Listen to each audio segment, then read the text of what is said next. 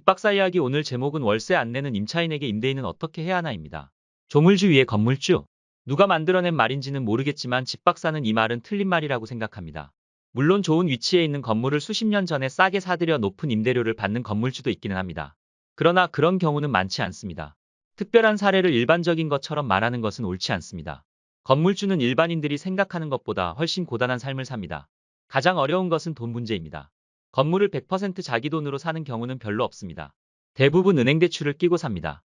경기가 좋을 때는 상관없습니다. 임대료 받아서 은행이자를 내면 되니까요. 그러나 경기가 좋지 않으면 임대료를 내지 못하는 임차인 사장님들이 많아집니다. 임차인이 임대료를 내지 못하면 임대인은 바로 계약을 해지하고 새 임차인을 구하면 될 것 같지만 그게 그렇게 간단한 일은 아닙니다. 나가라 해도 나가지 않거나 나가고 싶어도 나갈 수 없는 경우가 있습니다. 임대인과 임차인의 분쟁을 줄이기 위해 만든 법이 상가건물임대차보호법과 주택임대차보호법입니다. 그런데 이 법은 임대인과 임차인을 동등한 잣대로 보는 것이 아니라 임차인에게 훨씬 유리하도록 만들어져 있습니다.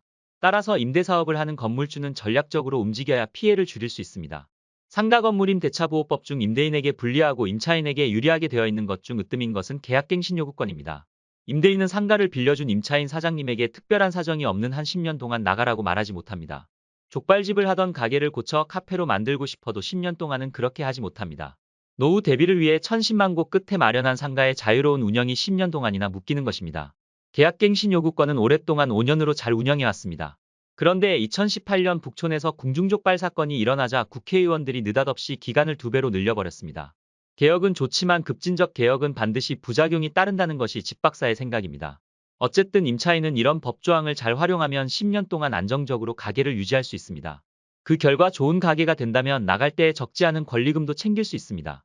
상가건물임대차보호법에는 임차인이 정당한 방법으로 권리금을 받는 것에 대해 임대인이 방해하지 못하도록 되어 있습니다. 그러나 임차인 사장님에게 유리한 이 권한은 몇 가지 예외 조항에 걸리면 박탈당합니다.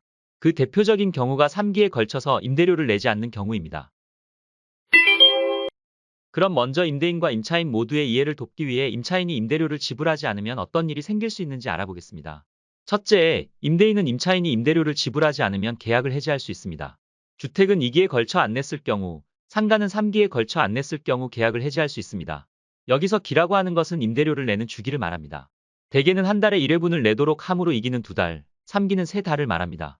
만일 어떤 상가가 매월 말일에 월세를 내기로 했는데 3월 말에 미납했고 4월 말, 5월 말에도 미납했다면 3기에 걸쳐 미납한 것이므로 6월 1일 계약 해지를 통지할 수 있습니다.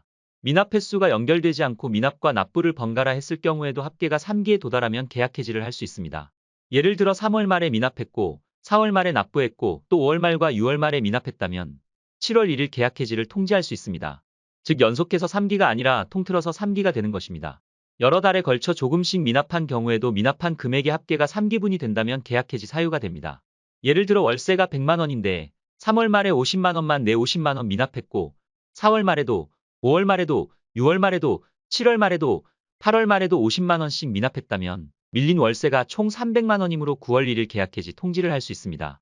상가 임대인, 즉 건물주가 바뀌었을 때는 새 임대인에게 3기의 연체가 발생했을 때 계약을 해지할 수 있습니다. 예를 들어 임대인이 바뀌기 전에 한 번 연체했고 새 임대인에게 2번 연체했을 경우 새 임대인은 3기 연체를 이유로 계약 해지를 할 수 없습니다. 자신에게 상가 소유권이 이전된 후 3번의 연체가 발생했을 때 계약 해지를 할 수 있습니다. 둘째, 임차인이 임대료를 지불하지 않으면 임차인의 계약갱신 요구권이 없어집니다. 임차인에게 있어서 10년의 계약갱신 요구권은 매우 유리한 조항입니다. 그런데 3기에 걸쳐 임대료를 내지 않아 임대인으로부터 계약갱신 요구를 거절당한다는 것은 애석한 일입니다. 셋째, 임차인이 월세를 연체하면 권리금 회수 기회가 사라집니다. 임차인은 어떤 가게에 들어와 장사하고 나갈 때는 그 가게에 새로 들어오는 사람에게 권리금을 받고 나갈 수 있습니다. 물론 권리금을 주겠다는 사람을 찾는 것은 임차인 사장님이 할 일입니다. 이때 임대인은 임차인이 권리금을 주겠다는 사람, 즉 신규 임차인이 되려는 사람으로부터 권리금을 받는 것을 방해해서는 안 됩니다. 그런데 만일 임차인이 3기에 달하는 임대료를 지불하지 않았다면 권리금 회수 기회를 박탈당하게 됩니다. 집주인이 권리금 수수를 방해를 하더라도 손해배상 청구를 할 수 없도록 되어 있는 것입니다. 이런 기초 지식을 가지고 임차인이 임대료 밀리면 임대인은 어떻게 해야 하는지에 대해서 항목별로 알아보겠습니다. 1. 임차인과 늘 좋은 관계를 유지하라. 임대인 중에는 임차인 위에 군림하려는 경우가 꽤 있습니다. 세 주는 사람과 세 사는 사람의 관계, 즉 주종의 관계로 생각하려는 것입니다. 그러나 이것은 매우 잘못된 생각입니다. 임대인과 임차인은 계약의 당사자일 뿐 강자, 약자의 개념이 아닙니다. 임차인 사장님이 장사를 잘하면 임대료를 따박따박 낼 것이고 임대료를 따박따박 내면 임대인은 은행이자를 제때 낼 수 있습니다. 말하자면 임대인과 임차인은 상생의 관계입니다. 만일 어떤 문제로 임차인의 심기가 틀어지면 그 손해는 임대인에게 전가될 가능성이 많습니다. 관계가 악화되어 소송으로 가면 판사들은 임대인보다 임차인 편을 드는 경우가 많습니다. 2. 임대료가 한 달이라도 밀리면 통보하라. 보내겠지, 잊어버렸겠지 하고 가만히 있으면 안 됩니다. 한두 달 봐주면 곧 큰돈이 됩니다. 월세 입금이 3일 이상 늦으면 카톡으로 이번 달 월세가 안 들어왔네요. 잊어버리셨을까봐 연락드립니다. 정도로 가볍게 언급해야 합니다. 친하게 지내는 것과 돈 문제를 확실히 하는 것은 다릅니다. 3. 3기에 걸쳐 월세를 밀리면 3개 통보하라. 이 경우는 밀린 임대료를 내도록 하는 카드일 수도 있고 내보내고 싶었는데 잘 됐다고 생각할 수도 있습니다. 전자의 경우라면 카톡으로 언제까지 임대료를 내지 않으면 계약 해지할 수 있다고 엄숙하게 써서 보내야 하고 후자의 경우라면 내용 증명으로 해지하겠다는 의사표시를 격식에 맞추어 보내야 합니다. 문제가 발생했다고 생각되면 즉시 행동하는 것이 무엇보다 중요합니다. 4. 아무 반응이 없으면 명도소송을 시작하라. 특히 보증금이 얼마 되지 않을 경우에는 머뭇거리지 말아야 합니다. 명도소송은 보통 6개월에서 1년이 걸립니다. 보증금은 연체한 임대료와 관리비, 원상회복비, 소송비 등을 담보하는 것인데 이렇게 시간이 많이 걸리면 나중에 보증금에서 비용을 제해도 남는 돈이 없습니다. 5. 명도소송 전에는 점유이전 가처분을 해라. 명도소송을 진행하기 전에는 반드시 점유이전 가처분을 해놓아야 합니다. 명도소송 중에 목적물의 점유가 이전되면 임대인이 패소하게 되어 있습니다. 예를 들어 임차인이 나쁜 마음을 먹고 상가를 다른 사람에게 전대하거나 점유를 넘겨버리면 그 사람을 대상으로 다시 소송을 제기해야 하는 일이 발생합니다. 6. 임차인이 잠적하더라도 절대로 문 따고 들어가지 마라. 임대인이 임차인의 허락 없이 자물쇠를 따고 들어가 물건을 반출하거나 전기 가스를 차단하면 큰일 납니다.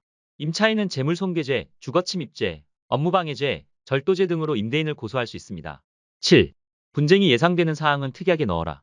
계약서를 쓸 때 분쟁이 예상되는 내용이 있으면 특약에 일일이 적어야 합니다. 예를 들어 불법 영업 시 계약을 해지할 수 있다. 임대료 인상률은 5%로 한다 등입니다. 그러나 법 규정을 뛰어넘어 임차인에게 불리한 특약은 무효가 되므로 주의해야 합니다. 예를 들어 임대료 인상률은 7%로 한다거나 계약갱신 요구권 사용기간을 5년으로 한다 등은 소송 시 무효가 됩니다. 8. 좋은 가게라면 제소전화해를 조건으로 임대하라. 좋은 가게, 즉 누구나 장사하고 싶어하는 상가인 경우 제소전화해를 조건으로 임대하면 훗날을 대비할 수 있습니다. 제소전화해란 내보내야 할 임차인이 생길 경우 명도소송 없이 내보낼 수 있는 제도입니다. 방법도 어렵지 않습니다.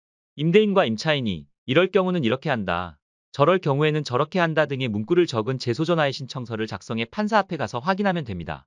이렇게 하면 임대인은 분쟁이 생겼을 때 명도소송을 하지 않고도 바로 강제 집행을 할 수 있습니다. 감사합니다. 영상이 도움이 되셨다면 구독, 좋아요 부탁드립니다. 무료입니다.